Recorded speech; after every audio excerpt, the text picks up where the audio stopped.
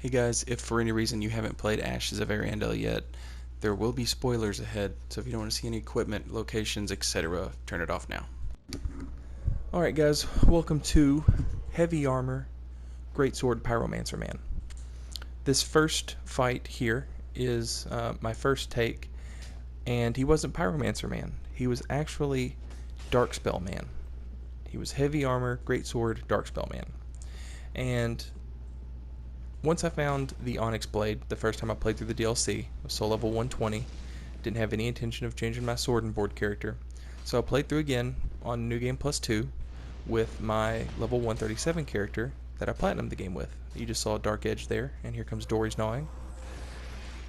I'm using the Crystal Chime to cast Miracles and Sorceries. Pyromancy in the left hand, casting Black Serpent. And as you can see, not using the Onyx Blade a whole lot. And right there I just tried to cast Deep Soul and didn't have it toggled in yet, so it didn't work. I really wish if you were using two different catalysts in your left and right hand, you could cast with L1 and R1, and you could have like two different spells set up. That would be super great. You could just go back and forth that way, but that would be a huge pain in the ass, but still, it would make this a lot easier. So now it's time to go to the Onyx Blade, and I am out of focus points, so no cool particle effect or dark damage, but it's fine, we've worn him down enough.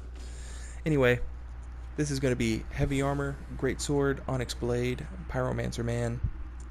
I might go back to the sorceries at some point and try those again later, but the rest of these are just going to be straight pyromancies. But for the rest of these fights, we're just going to be using pyromancies. I have decided to use Floating Chaos, which is an awesome spell. It does laughable damage, but it's an awesome spell. Much the opposite of the Destructo Disc, which does laughable damage and is not an awesome spell. I played around with it. I was not impressed. Anyway, this Onyx Blade, though, man. Look how cool that is. It reminds me a lot of the Bloodborne Moonlight Greatsword, and very much the same way. Once I saw it, I had to have it, and I had to use it. So what we do with Floating Chaos is we just set it and forget it, in the words of that infomercial guy. You basically just use it to buy yourself some time and confuse the shit out of people. It gives them one other thing they have to worry about dodging, which when you're invading, that's the best thing in the world. So this guy has summoned a Dark Moon, so we're going to heal, and then we're going to go over here and we're going to wreck this Dark Moon shit. Let's get all of our stuff back. So this build is Heavy Armor, Greatsword, plus Pyromancies. So what we've got is 15 strength, just enough for the Pyromancy Catalyst. Actually, you need more strength for the Pyromancy Catalyst than you do for the damn sword. Minimum dexterity, whatever the minimum requirement is for the Onyx Blade, that's how much dexterity you've got. Then you've got your 40 vigor and 30 endurance and 40-ish vitality for heavy armor for poise, so that you can trade with the greatsword. Look how cool that looks. Look how cool this looks. Cool. Everything looks cool. I love this thing, man. This is a fun build too.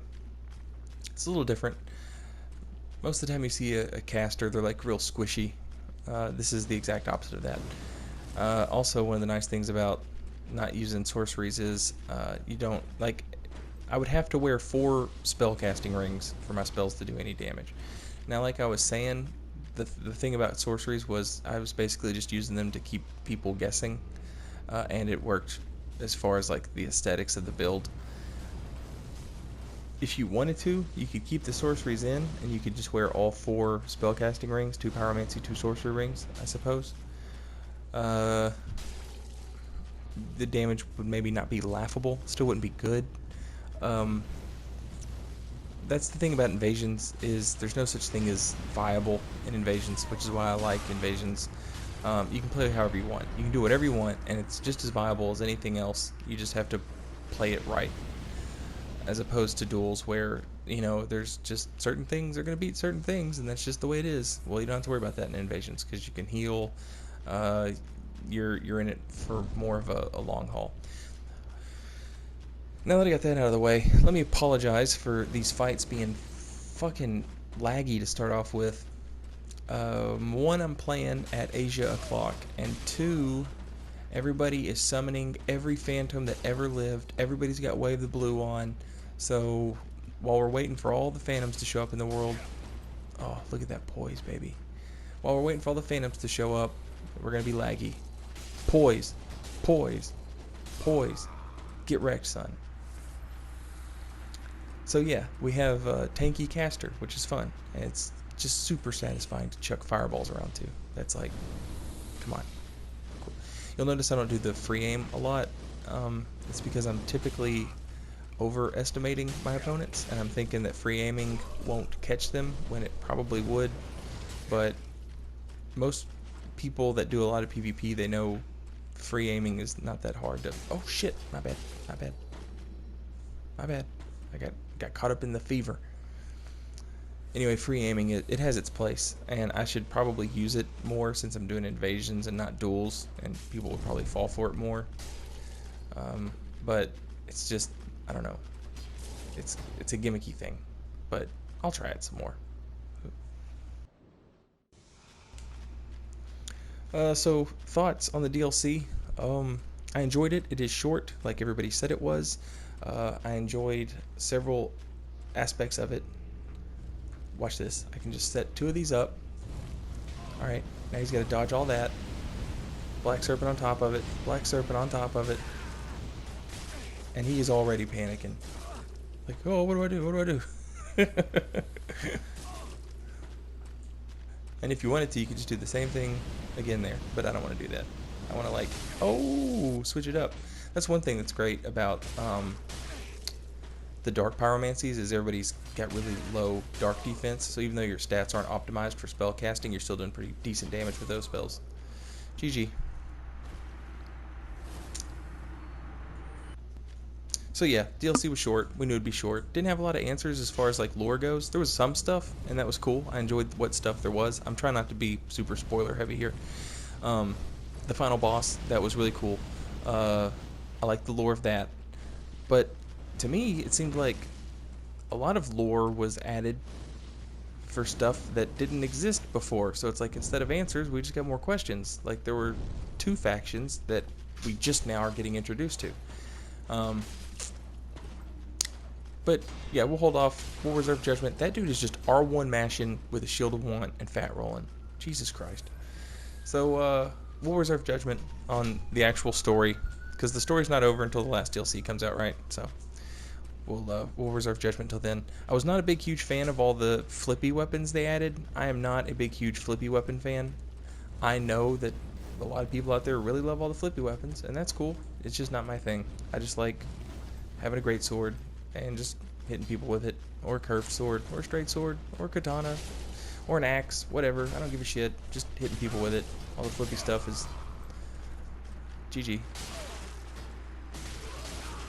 Uh-oh. You better go back to that phantom that's not going to gank. That's right. He's on my team. Just keep blocking. GG. Anyway, not a big fan of the flippy weapons, but the level design definitely felt like from playing around with the formula, maybe for their next IP, like testing the waters. I dug it. I liked that aspect of it a lot. It was really fun. So we got all kinds of stuff that I don't know. There was a lot of stuff I liked in the DLC. The patch as well. The boost to poise and the rest of the stuff. So I'm cool with it. We're good. Count me in. Little heavy on flippy weapons, but you know, whatever. Unanswered lore questions, but like I said, I'm willing to wait on that. This is an awesome place to do invasions, by the way, as a pyromancer, because this is totally Lost Izalith Ice Edition. You've got the smoldering lake crabs down here. Everything's made out of roots and trees and everything. I'm gonna have to go through and like replay this level a few times and really get a feel for all of it. But I think what they were getting at was crystals and magic and sorcery are somehow tied to ice and cold. I think that was what we're supposed to take from it. I mean, I know that's what we're supposed to take from it. So, here we go. We're going to set up some floating chaos. It causes chaos. We're going to just swing away at this guy until he stops being a lag master. Eventually, whoever the hell he's summoning is going to show up, and this will turn into a regular fight. Until then, we just have to deal with it. But that doesn't mean I'm going to stop flinging spells at you. It's like, what is even happening? I'd really like to see this from his point of view. Just all this fire going off. Alright. Hopefully now we can have an actual fight and it won't just be a big lag fest. Alright. We'll reset everything to full. Yes, use a seed, because that was your issue. Your issue was that I was using the enemies to my advantage. That was not the issue at all. That was sarcasm. I'm going to enjoy killing you now. I love making people lose their seed. Like, you know, sometimes I do the nice guy invader thing. If you use a seed of the true giants, that just absolutely goes out the window. Ooh, R2, nice. Another R2, nice. And another. Damn. Alright. I've caught on to you, sir. You're an R2 man. And your host is dead. GG. I killed your friend. I'll kill you too. I don't give a fuck. I'll kill everybody. I don't give a fuck. Alright, so let's finish it off strong. 3-on-1. 3-on-1. I'll take those odds. We're going to set up floating chaos, let it do its thing, keep somebody busy, get a few hits in right here. Retreat. And my plan is to slowly draw them towards the crab, not the one they can see, but the one they cannot. I'm going to give them a literal turn and burn with Black Serpent here. Didn't hit anybody, but it kept them busy, kept them occupied. Something to think about. Should have framed that. Ooh. Dodged the charge attempt. And, okay. I was going to trade with him, but the crab said no. We'll go ahead and we'll heal to full because we're getting an Estus back from that. Alright, he's occupied with the crab. Don't want to get away, so we'll follow him over here. Oh, he messed up. He messed up.